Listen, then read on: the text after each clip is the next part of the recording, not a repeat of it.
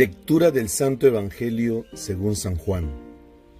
El primer día de la semana, María Magdalena echó a correr y fue donde estaba Simón Pedro y el otro discípulo a quien tanto quería Jesús y les dijo: «Se han llevado del sepulcro al Señor y no sabemos dónde lo han puesto». Salieron Pedro y el otro discípulo camino del sepulcro. Los dos corrían juntos, pero el otro discípulo corría más que Pedro. Se adelantó y llegó primero al sepulcro, y asomándose vio las vendas por el suelo, pero no entró. Llegó también Simón Pedro detrás de él y entró en el sepulcro. Vio las vendas en el suelo y el sudario con que le habían cubierto la cabeza, no por el suelo con las vendas, sino enrollado en un sitio aparte. Entonces entró también el otro discípulo, el que había llegado primero al sepulcro, vio y creyó.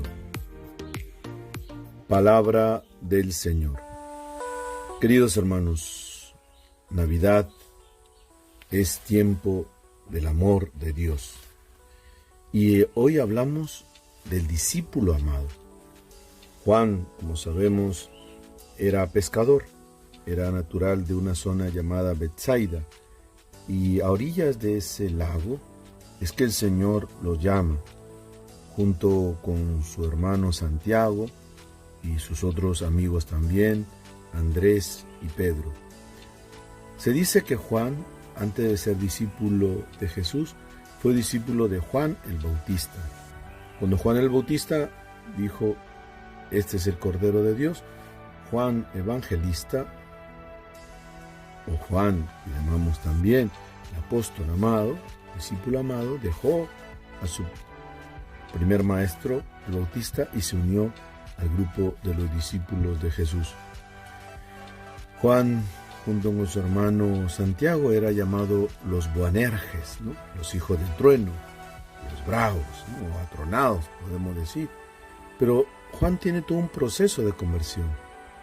Vemos cómo al inicio le cuesta un poco el tema de los puestos. Junto con su hermano buscaban los primeros puestos, pero después, en esa cercanía junto a Jesús, con Pedro desde el Tabor, en la Transfiguración, y también en Getsemaní, y Juan fue el único apóstol que estuvo al pie de la cruz junto con la Virgen María y vio el momento duro y difícil se puede llamar así, casi traumático, de la crucifixión.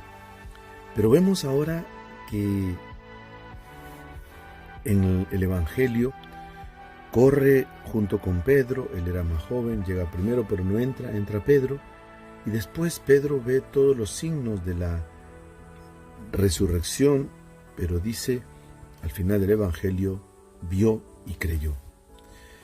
Juan también había caído en esa tentación de esa pérdida de fe al ver todo esto, el escándalo de la cruz, el sufrimiento, pero al ver estos signos y el amor que sentía por su maestro, creyó. Queridos hermanos, el amor pues nos lleva a esa confianza de creer en la palabra del Señor.